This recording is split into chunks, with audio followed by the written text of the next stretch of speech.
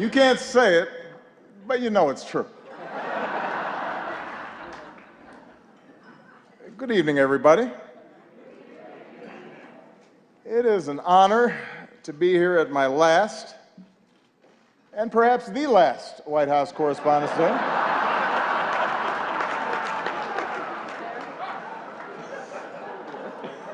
You all look great. The end of the Republic has never looked better.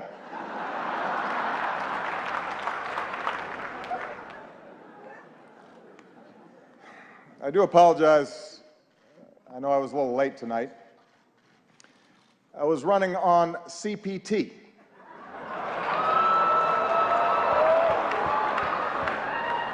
Which stands for jokes that white people should not make.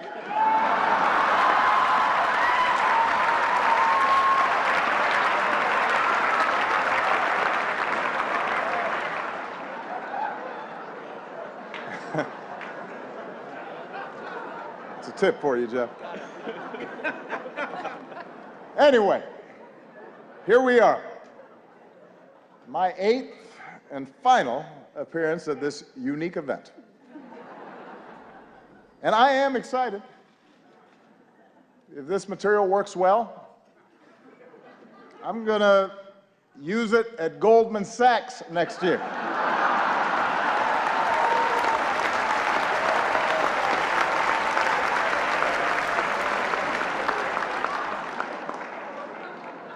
Earn me some serious Tubmans. That's right. That's right.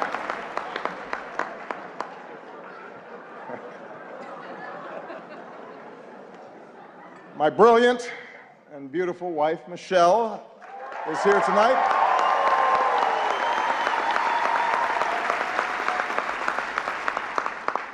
She looks so happy to be here. That's called practice. It's like learning to do 3-minute planks. She makes it look easy now, but next year at this time, someone else will be standing here in this very spot, and it's anyone's guess who she will be. But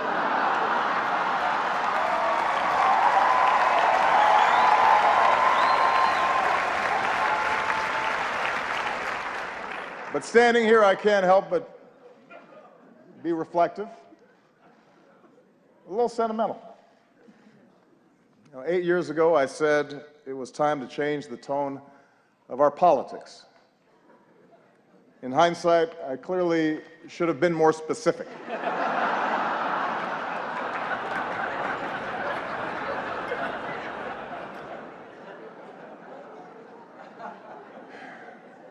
Eight years ago, I was a young man, full of idealism and vigor. And look at me now. I am gray, grizzled, just counting down the days till my death panel.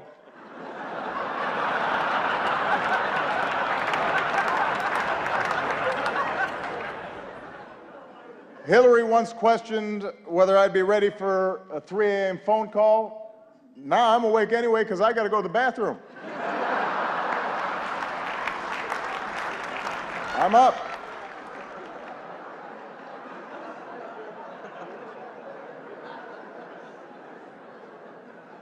In fact, somebody recently said to me, Mr. President, you are so yesterday. Justin Trudeau has completely replaced you. He's so handsome, he's so charming. He's the future. And I said, Justin, just give it a rest.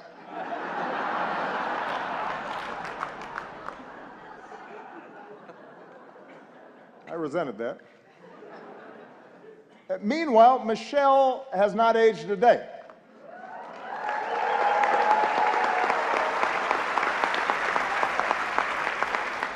The only way you can date her in photos is by looking at me. Take a look. Here we are in 2008. Here we are a few years later. And this one is from 2 weeks ago.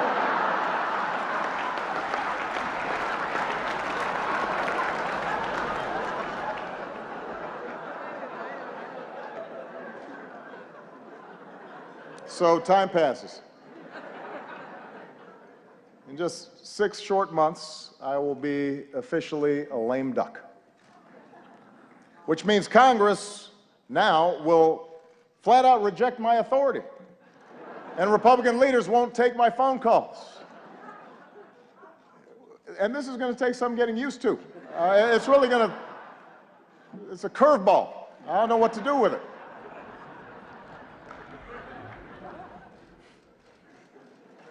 Of course, in fact, 4 months now, congressional Republicans have been saying there are things I cannot do in my final year. Unfortunately, this dinner was not one of them. But on everything else, it's another story. And you know who you are, Republicans. In fact, I think we've got Republican Senators Tim Scott and Cory Gardner. They're in the House, which reminds me, security, bar the doors. Judge Merrick Garland, come on out. We're going to do this right here, right now.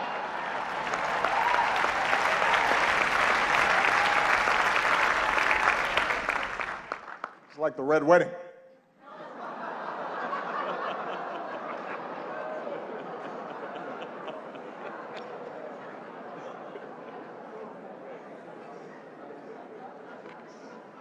But it's not just Congress. Even some foreign leaders, they've been looking ahead, anticipating my departure.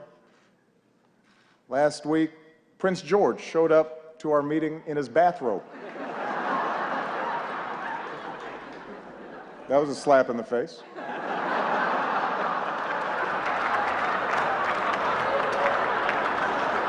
A clear breach of protocol.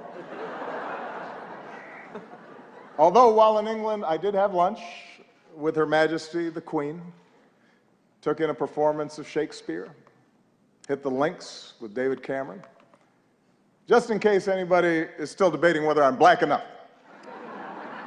I think that settles the debate.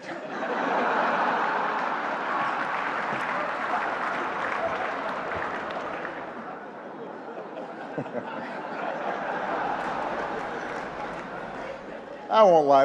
Look, this is a tough transition. It's hard. Key staff are now starting to leave the White House. Even reporters have left me. Savannah Guthrie, she's left the White House press corps to host the Today Show.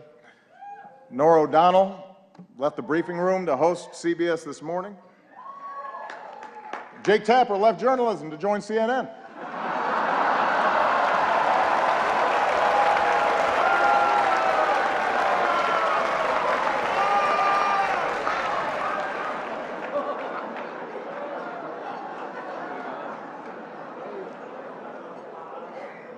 But the prospect of leaving the White House is a mixed bag. You might have heard that someone jumped the White House fence last week, but I have to give Secret Service credit.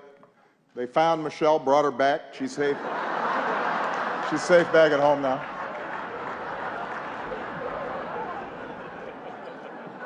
It's only 9 more months, baby. Settle down.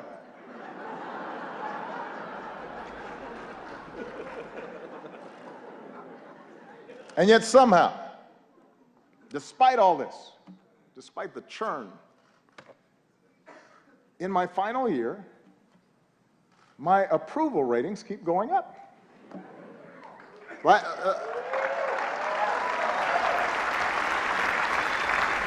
last time I was this high, I was trying to decide on my major.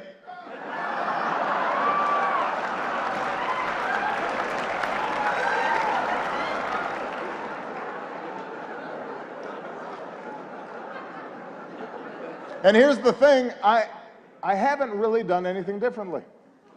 So it's odd. Even my aides can't explain the rising poll numbers. What has changed? Nobody can figure it out.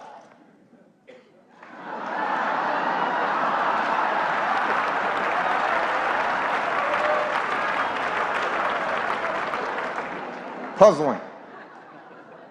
Anyway, in this last year, I do have more appreciation for those who've been with me on this amazing ride. Like one of our finest public servants, Joe Biden. God bless him. Love that guy. I love Joe Biden. I really do. And I want to thank him for his friendship, for his counsel, for always giving it to me straight, for not shooting anybody in the face. Thank you, Joe.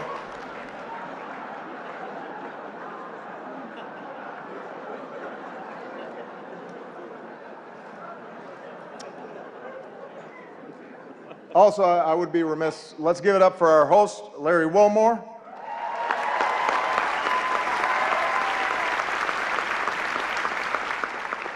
Also known as one of the two black guys who's not Jon Stewart. You're the South African guy, right? Okay. I love Larry. And his parents are here, who are from Evanston, which is a great town. I also would like to acknowledge some of the award-winning reporters that we have with us here tonight. Rachel McAdams, Mark Ruffalo, Leah Schreiber. Thank you all for everything that you've done. I'm just joking. As you know, Spotlight is a film, a movie, about investigative journalists with the resources and the autonomy to chase down the truth and hold the powerful accountable. Best fantasy film since Star Wars. Look, that was maybe a cheap shot. I understand the news business is tough these days. It keeps changing all the time.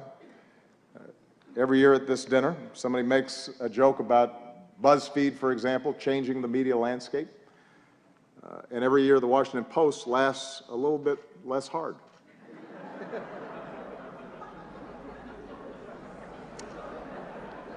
It's kind of a silence there, especially at the Washington Post table.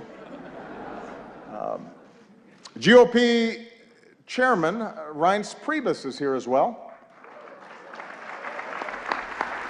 Glad to see that you feel that you've earned a night off.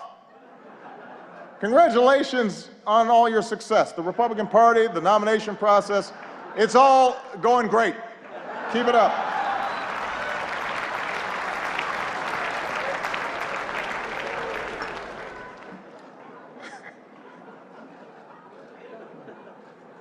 Kendall Jenner is also here, and we had a chance to meet her backstage. She seems like a very nice young woman. I'm not exactly sure what she does, but I am told that my Twitter mentions are about to go through the roof.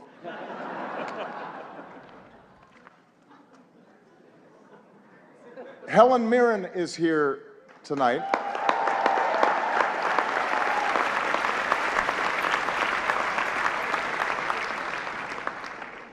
I don't even have a joke here. I just think Helen Mirren is awesome.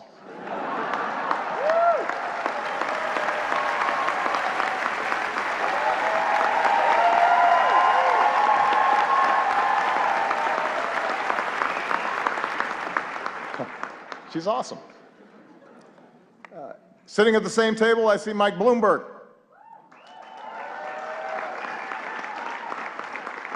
Mike, a combative, controversial New York billionaire, is leading the GOP primary, and it is not you. That has to sting a little bit.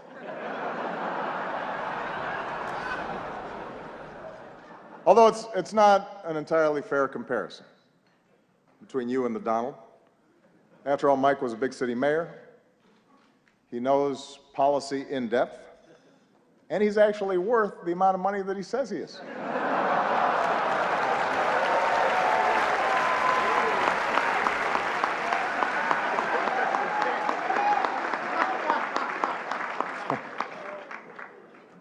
What an election season. For example, we've got the bright new face of the Democratic Party here tonight, Mr. Bernie Sanders. There he is.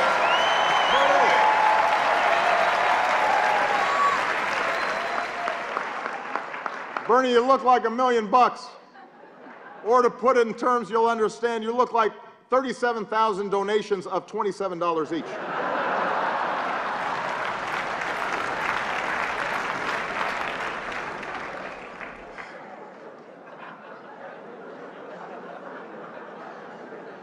A lot of folks have been surprised by the Bernie phenomenon, especially his appeal to young people, but not me.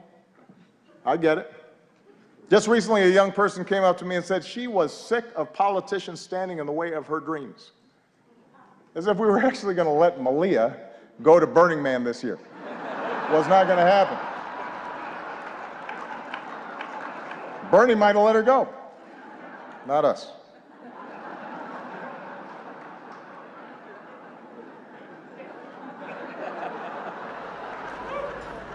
I am hurt, though, Bernie, that you've been distancing yourself a little from me. I mean, that's just not something that you do to your comrade.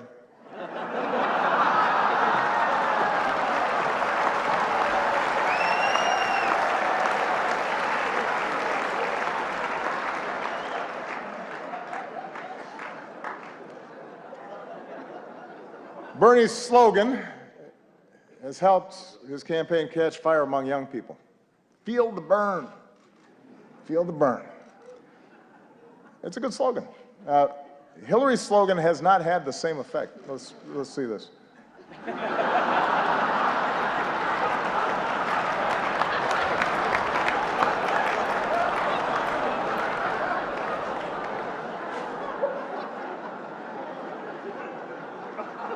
Look, I've said how much I admire Hillary's toughness, her smarts, her policy chops, her experience. You've got to admit it, though. Hillary trying to appeal to young voters is a little bit like your relative who just signed up for Facebook. Yeah.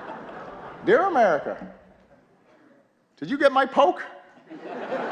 Is it appearing on your wall? I'm not sure I'm using this right. Love, Aunt Hillary.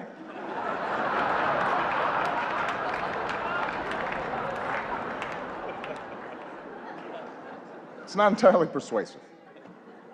Meanwhile, on the Republican side, things are a little more, how shall we say this, a little more loose. Just look at the confusion over the invitations to tonight's dinner. Guests were asked to check whether they wanted steak or fish, but instead, a whole bunch of you wrote in Paul Ryan.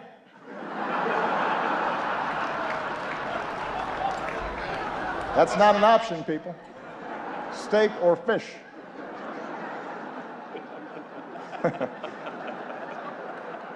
You may not like steak or fish, but that's your choice.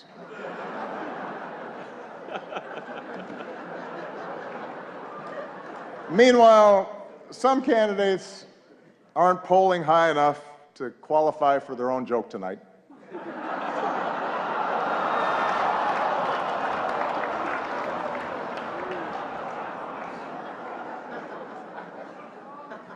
The rules were well established ahead of time. And then there's Ted Cruz. Ted had a tough week. He went to Indiana, Hoosier country, stood on a basketball court, and called the hoop a basketball ring.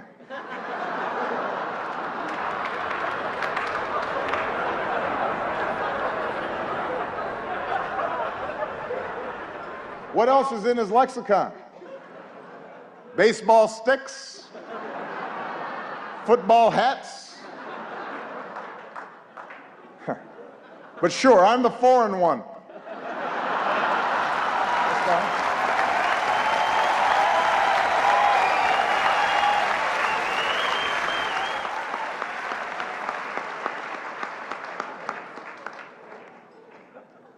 Well, let me conclude tonight on a more serious note.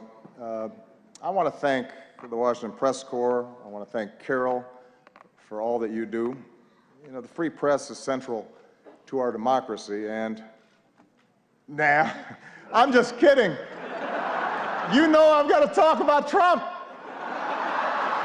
Come on.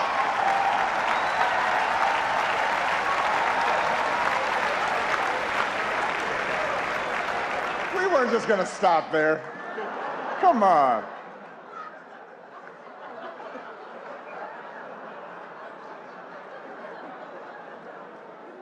Although I am a little hurt that he's not here tonight.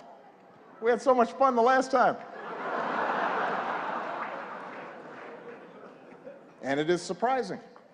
You've got a room full of reporters, celebrities, cameras, and he says no.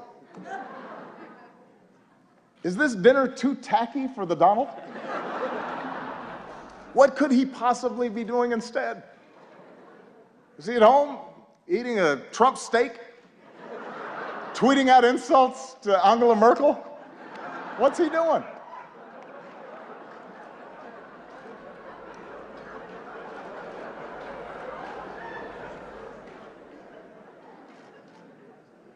The Republican establishment is incredulous that he's their most likely nominee. Incredulous, shocking.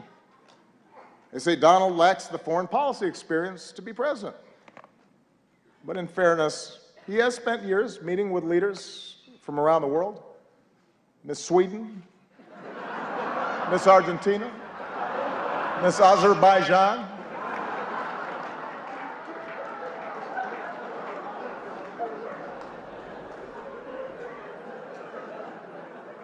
And there's one area where Donald's experience could be invaluable, and that's closing Guantanamo. Because Trump knows a thing or two about running waterfront properties into the ground.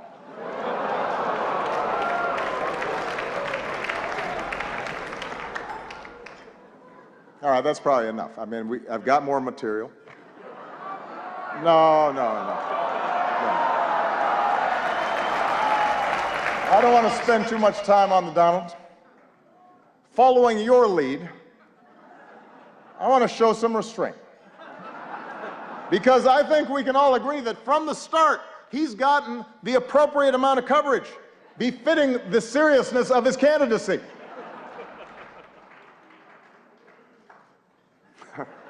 I hope you all are proud of yourselves.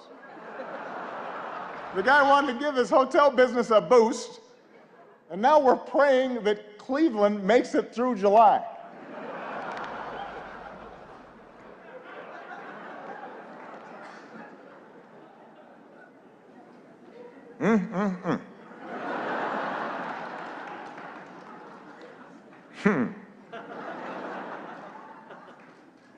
As for me and Michelle, we've decided to stay in D.C. for a couple more years. Thank you. This way, our youngest daughter can finish up high school. Michelle can stay closer to her plot of carrots. She's already making plans to see them every day. Take a look.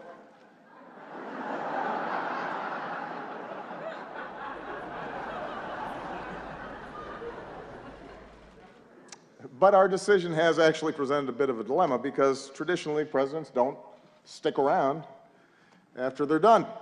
And it's something that I've been brooding about a little bit. Take a look. The Obamas are staying in D.C. for 2 years after the president leaves office. He's about to go from commander-in-chief to couch commander. You, Chuck Todd. What am I going to do in D.C. for 2 years? You've got a real dilemma, Mr. President. I can't go every day, can I? Which you like better, these or these? Joe, they're the same. They capture different moods. Joe, I need some focus here. Comes in there during aviator time, thinks everything. I'm sorry, what's that? I said, Mr. President, you had to be practical. And look, you can drive again, you're going to need a license. You love sports. Why don't you volunteer to work for one of the teams around here? Is this the Washington Wizards? I understand you're looking for some coaching help. Let's just say I coached my daughter's team a few times. Hello? Hello?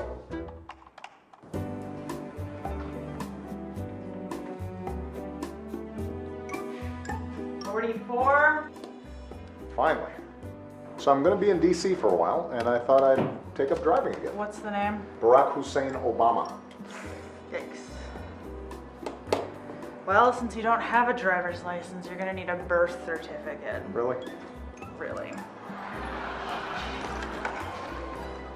It's real. Is it? It's real. But is it? Oh, Michelle left her phone. Let's see here. Huh. She's got Snapchat. Obamacare is great, and it's really working. Sign up now. Breaking news. Michelle Obama in hot water after posting this video earlier today. Obamacare is great, and it's really working. Sign up now.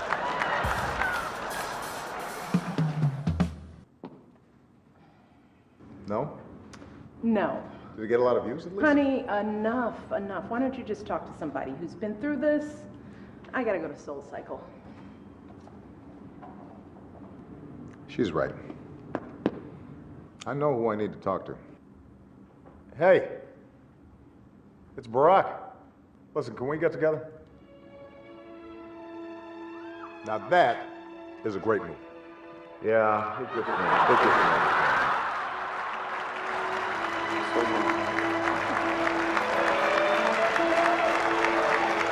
So, you got any advice for me? So now you want my advice? First, stop sending me all these LinkedIn requests. And second, here's the beauty of this whole thing.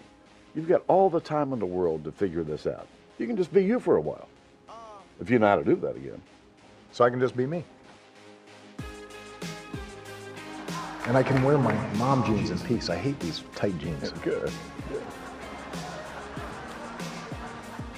Yesterday, I had a beer at 11:30 in the morning. And you know, McDonald's now serves breakfast all day long. You know, Michelle's going to be at spin class, so she'll never know. Right. Let it go. You know, it won't be long. You'll be able to walk right out of the Oval Office singing zippity-doo-dah, zippity-yay. And you got plenty of time to work on your tan. And you know what? I finally got the grand bargain on a sweet Chevy Tahoe. Look here. Look here. Yeah. You want one? Breaking news, former President Barack Obama on his 347th round of golf for the year, and it's totally great. And Gloria, not a problem for anybody. I can't think of a reason to care, Wolf, and believe me, I've tried. There you go.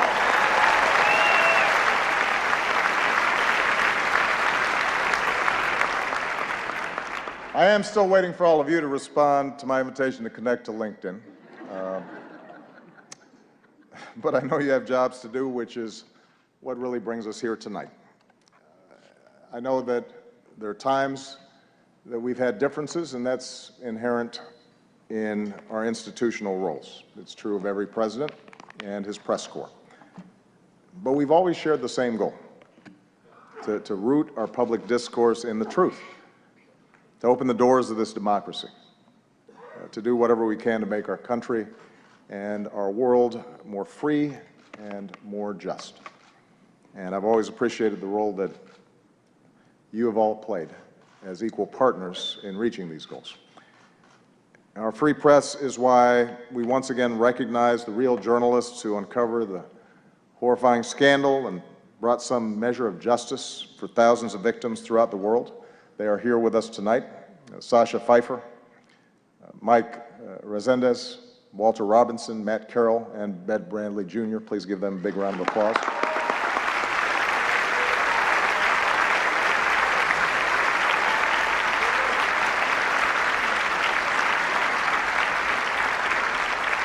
Our free press is why, once again, we honor Jason Rezaian.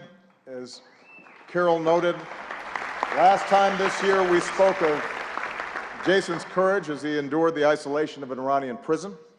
This year we see that courage in the flesh, and it's a living testament to the very idea of a free press, and a reminder of the rising level of danger and political intimidation and physical threats faced by reporters overseas. I can make this commitment that as long as I hold this office, my administration will continue to fight for the release of American journalists held against their will, and we will not stop until they see the same freedom as Jason had.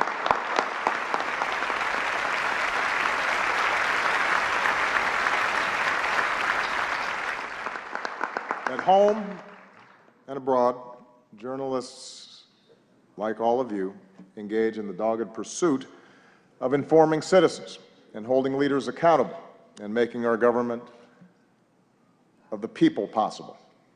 And it's an enormous responsibility. And I realize it's an enormous challenge at a time when the economics of the business sometimes incentivize speed over depth, and when controversy and conflict are what most immediately attract readers and viewers. The good news is there's so many of you that are pushing against those trends.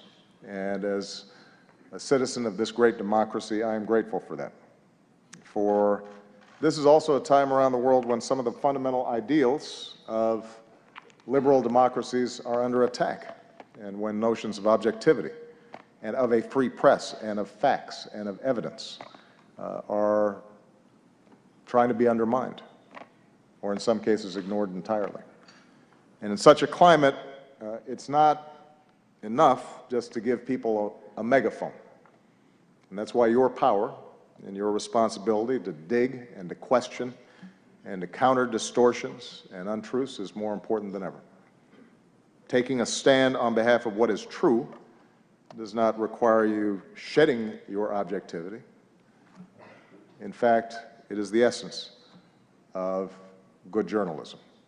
It affirms the idea that the only way we can build consensus, the only way that we can move forward as a country, the only way we can help the world mend itself is by agreeing on a baseline of facts when it comes to the challenges that confront us all. So this night is a testament to all of you who've devoted your lives to that idea, who push to shine a light on the truth every single day. So I want to close my final White House Correspondents' Dinner by just saying thank you. I'm very proud of what you've done. It has been an honor and a privilege to work side by side with you to strengthen our democracy. And with that, I just have two more words to say. Obama out.